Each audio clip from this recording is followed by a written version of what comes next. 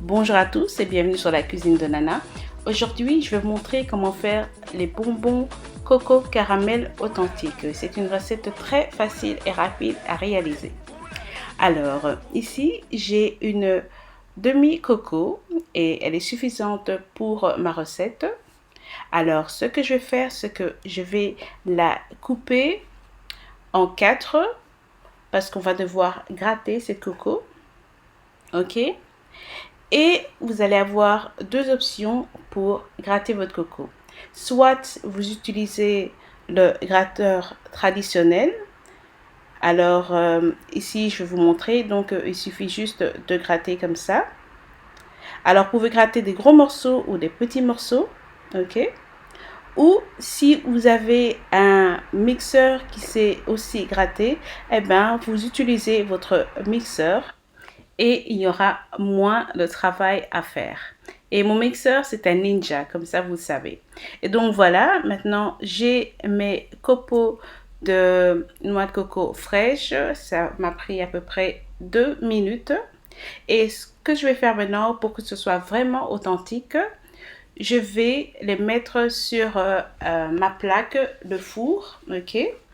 Alors, j'ai deux sortes de noix de coco. La première partie que vous voyez, c'est de la noix de coco râpée finement. Et je vais utiliser ça pour une autre recette que je vais vous montrer prochainement. Et la deuxième partie que je fais ici, c'est pour mes bonbons coco caramel. Ok? Voilà. Alors, j'ai bien séparé. Ce que je vais faire maintenant, c'est que je vais couvrir ça. Et je vais laisser sécher au soleil pendant à peu près un jour, donc 24 heures. Et il fait très beau dehors, donc c'est le meilleur moment de le faire. Il fait chaud, donc vous voyez ici, j'ai déposé ça sur ma chaise dans mon jardin et je vais laisser ça bien couvert pendant 24 heures. Et donc les amis, 24 heures sont passées et donc je vais vous montrer à quoi ressemble ma noix de coco séchée. Donc vous voyez même qu'elle a un peu changé de couleur, c'est devenu un peu plus jaune. Donc voilà, maintenant ma noix de coco est sèche et je vais pouvoir faire ma recette. Et si je vous montre un peu ma noix de coco de plus près, voilà, donc bien sec. Alors ici, j'ai déposé sur mon assiette, donc j'ai 2 tasses de copeaux de noix de coco et à ça, je vais ajouter une demi-tasse de sucre cristallisé. Voilà. Alors, première étape, mettre votre poêle à chauffer et y verser une demi-tasse de sucre cristallisé et commencer à faire votre caramel. Laissez le sucre fondre et faire son travail, ok? Ne vous précipitez pas, sinon votre caramel va brûler et je vous le dis, c'est vrai, ok? Donc lentement mais sûrement, on va y arriver, ok?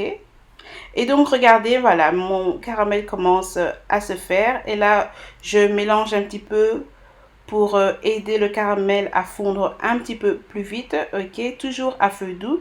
Et donc voilà, maintenant mon caramel est prêt et l'étape suivante, c'est d'y mettre votre noix de coco. Voilà, cette recette est très très facile. On a quasiment presque terminé, ok.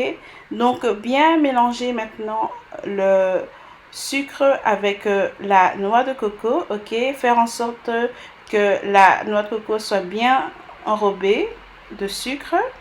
Et donc voilà, à la fin, vous devez obtenir quelque chose comme ça. Donc voilà.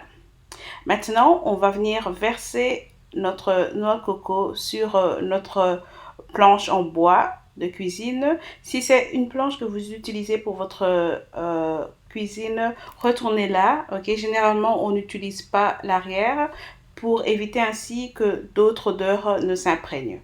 Maintenant, laissez refroidir ça, ok, sinon vous allez vous brûler, je vous le dis.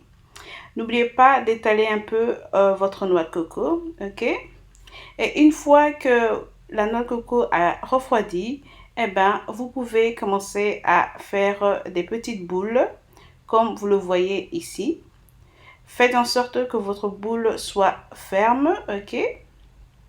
Et donc, voilà, ça vous prend juste quelques minutes. Et voilà ce que vous devez obtenir. Et vos bonbons de noix de coco sont prêts.